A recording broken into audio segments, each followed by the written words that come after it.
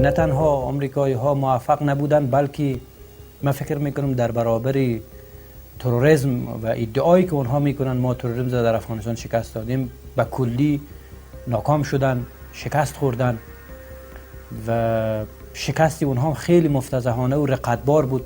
میراث آمریکایی ها یک افغانستان جنگ زده، یک افغانستان فقیر، یک افغانستان بدون حکومت و یک افغانستان فساد. و امروز جوانای افغانستان، مردم افغانستان، آیندهشان معلوم نیست که به کدام طرف.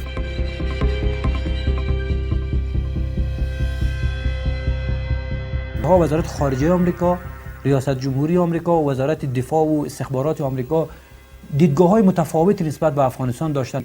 آمریکایی ها از یک سو آمده بودند با دولتی رسمی افغانستان، دولتی که سقوط کرد، یک پیمان استراتژیکی امنیتی امضا کردند که ما با شما هستیم و بعد رفتن با طالبان در قطر مذاکره کردند، با اونام پیمان امضا کردند.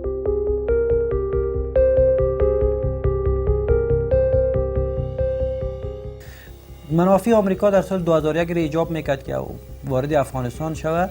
اونها یک سری منافع منطقه‌ای داشتن، وارد افغانستان شدن و بدون اجازه از افغانستان خارج شدن و جنگ اونها هم علیه تروریسم یک سرپوش بود، یک ظرفی بود که میخواستن اعمال خود را پنهان کنن به اصطلاح.